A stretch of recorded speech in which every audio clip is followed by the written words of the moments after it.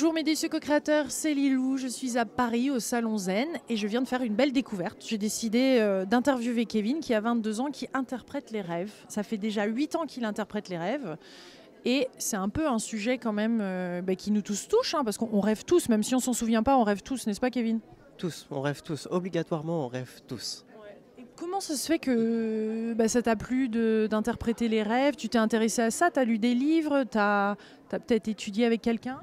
J'ai étudié tout seul les rêves, j'ai interprété tout seul les rêves et les livres, c'est il y a 3 ans que j'ai commencé à lire des livres vraiment, mais il y a 8 ans c'est venu naturellement, c'est comme ça, c'est une intuition qui vient À 14 ans. à 14 ans, oui. Et il y a des choses qui se sont passées aussi avant quand même, hein, par rapport à mes parents, par rapport à ma grand-mère, tout ça, qui m'empêchaient un peu de vivre ce que je voulais vraiment. C'est Tu es un peu rebellé. un petit peu. L'adolescence s'est passée comment? Plutôt calmement, mais je sentais qu'il y avait quelque chose que je devais changer en moi. Changer autour de moi, changer au niveau spirituel justement, et un truc que je chantais. Le spirituel t'attirait alors? Beaucoup, beaucoup, beaucoup. C'est.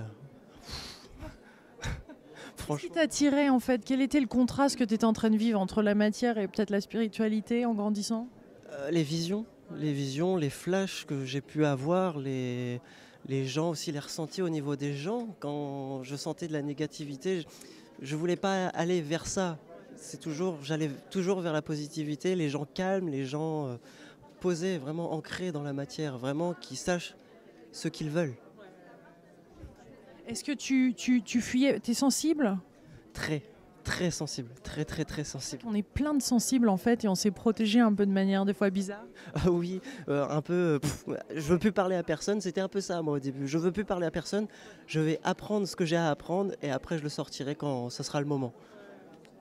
J'ai eu quelques blessures par rapport à ça en me reculant. Les gens, ah il est seul, ah machin. Et puis ça passait un peu au-dessus de la tête. Bon, c'est des choses qui font mal, mais après qu'on apprend à guérir avec le temps, avec ce qu'on apprend avec les gens et puis aussi avec les rencontres justement. Ce qui est touchant pour moi, c'est de voir, parce que je pense qu'on traverse tous des adolescences plus ou moins difficiles et qu'on se sent tous... en fait, j'ai envie d'avoir ton conseil pour des adolescents qui regardent peut-être, ou des jeunes qui ont envie de vivre leur rêve, qui sentent qu'il y a quelque chose de grand. Comment trouver la force, le courage, ou comment mettre tout ça en place? Comment ça t'est arrivé? Comment ça s'est mis en place? Ouais. Comment ça s'est mis en place? Oh, c'est Ça a été un choix quand même. Ça a été un choix. C'est moi qui ai décidé. Bah, par- Tu faisais à tes amis au début. c'est ça, à mes amis.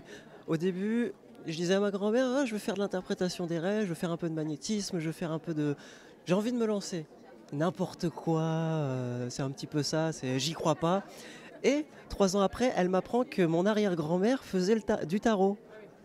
Ah bah tu vois, alors, dans la famille, il y avait tout ça. Oui, mais tu vois, j'ai pas envie que tu te perdes dans des trucs n'importe quoi. Et Protégé en fait. de la protection, mais de la surprotection. Donc comme c'est ma grand-mère qui m'a élevé, c'est vraiment un peu tu bouges pas et tu restes avec moi.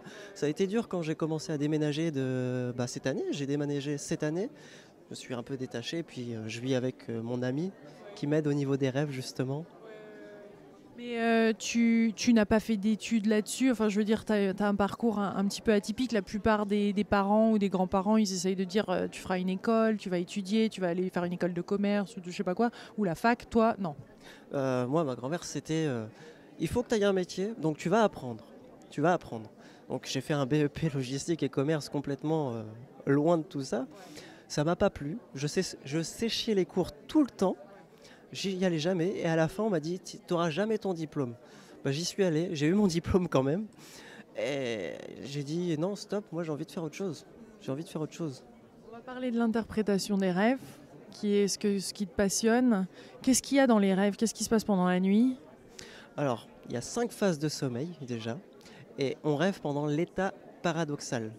C'est un C'est es- le matin ou... c'est en moyenne, c'est un stade de 90 minutes à chaque fois. Et 90 minutes, hop, réveil léger, hop, on recommence un stade. On redescend, paradoxal, pouf, rêve. On peut faire en moyenne énormément de rêves. Moi, je sais que Pour l'instant, c'est 12 rêves par nuit que je peux faire. C'est 12 rêves par nuit. Tu te rappelles pas des 12 quand même. Pas tous, mais quand c'est très intense, j'ai déjà eu ces 12 rêves. Je les ai écrits. Ça En fait... mémoire, ah oui, où tu te réveilles entre les 12. Entre chaque rêve, tu te réveilles. Ouais, je me réveille, pof, ah tiens, je me rappelle de ça, pouf, je me rendors. C'est tout de suite. Tout de suite, tac. Mais au réveil, on ne se souvient pas de tous les détails parce que c'est un peu difficile. Mais il faut essayer au maximum de garder toutes les couleurs, tous les lieux, tous les paysages, les visages et les ressentis. Surtout les ressentis qu'on a. Si c'est une angoisse, bon bah c'est un rêve qui est lié à l'angoisse. De l'amour, ah bah c'est de l'amour. Et par rapport au rêve, moi je dis que tout rêve est prémonitoire parce que ça parle de nous, ça parle du monde, ça parle de tout ce qu'il y a autour de nous. C'est pas l'inconscient qui essaye de dire quelque chose? C'est aussi l'inconscient. C'est l'inconscient qui dit quelque chose, mais c'est prémonitoire en même temps. C'est « Ah, tu vois, là, tu devrais faire ça. Ah, tu vois, là, tu as un problème à régler. Donc, il faut que tu avances. » Donc, ça nous dit « Bon, bah, il faut que je fasse ça par la suite. » Donc, c'est prémonitoire. Tu fais des rêves lucides aussi?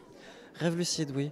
J'en ai pas fait beaucoup, mais j'ai essayé. C'est-à-dire qu'on se réveille pendant le rêve, un petit peu, et qu'on change, on est conscient. On est conscient de rêver. Et on peut demander des choses aux personnages qu'on croise. Bah oui. Génial, on est dans la BD en fait. Là. C'est un peu ça, c'est une BD fantastique. C'est moi, j'ai déjà rêvé que je demandais à un dragon de m'aider. C'était un dragon un peu noir, un peu... Bah, il a l'air pas gentil comme ça, mais en fait, au final, quand on l'apprivoise, c'est un peu notre dragon intérieur. C'est le feu sacré qui est en nous et qui se réveille. Alors, il y a beaucoup de symbolique quand même dans les rêves. Dans les dragons, ça correspond à quoi? Le feu, la mort? Parce qu'il y a tellement de choses. Des fois, on vit un truc qui est un peu super bizarre même, et puis on ne sait pas quoi en faire. Symbolique. La symbolique, c'est... Il y a certaines choses comme le dragon, ou si on voit la mort, ou si on voit une noyade, ou quelque chose comme ça veut dire autre chose en fait que cette situation-là. Alors moi, j'ai un truc à dire pour chaque personne, c'est il faut prendre le rêve pour soi-même. Chaque symbolique sera symbolique pour soi-même. On ne peut pas dire le dragon, ça veut dire ça, ça veut dire ça. On ne peut pas le dire pour tout le monde, c'est pour chaque personne différent. Voilà.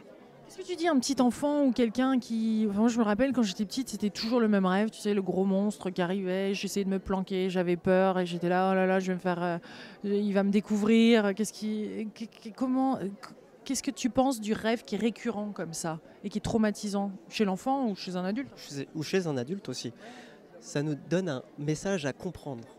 L'enfant, quand il est récurrent, c'est souvent lié aux parents, lié à des engueulades, lié à des angoisses liées à l'école aussi. Ah, le rêve, il revient. Un monstre. Un monstre, c'est l'angoisse. C'est un peu... ah, j'ai pas envie d'y aller, j'ai pas envie de le faire. Ben, c'est un peu ça. Et pour l'adulte, c'est pareil. L'adulte, il est un peu plus comme ça. Non, ça veut peut-être pas dire ça. Mais en fait, si, c'est... Regarde, là, tu es angoissé. Mais pourquoi tu veux pas comprendre que tu es angoissé? C'est l'inconscient qui envoie ce message-là pendant le rêve.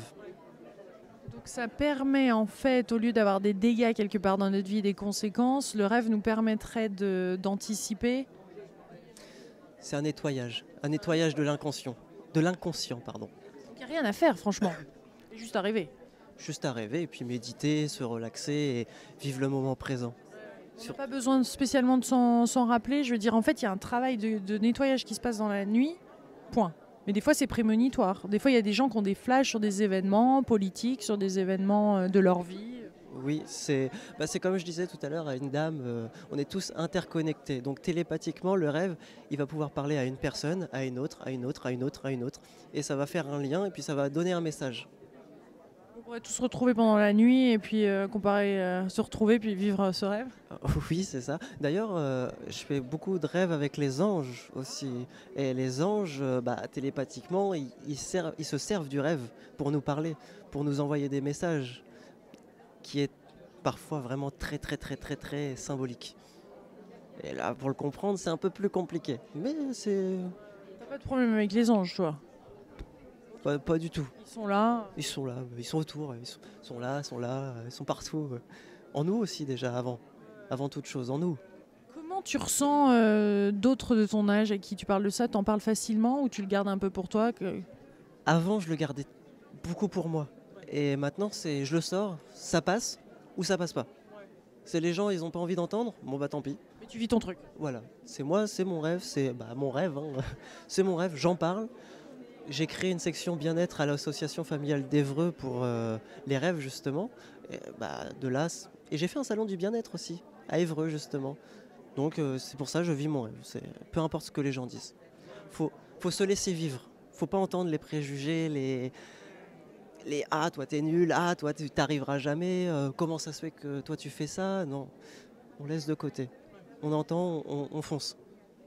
Foncez, Ça, c'est clairement ton message. foncez, foncez, Foncez. foncez. C'est